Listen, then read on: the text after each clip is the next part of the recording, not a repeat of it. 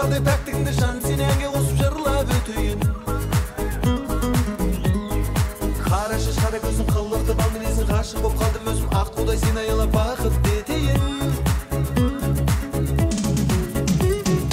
Болақтай сыңғыр күлкің кетпейді ау есе жүрген өзіңмен өткен бір күн мен үшін бұл өмірде ең бақытты күн.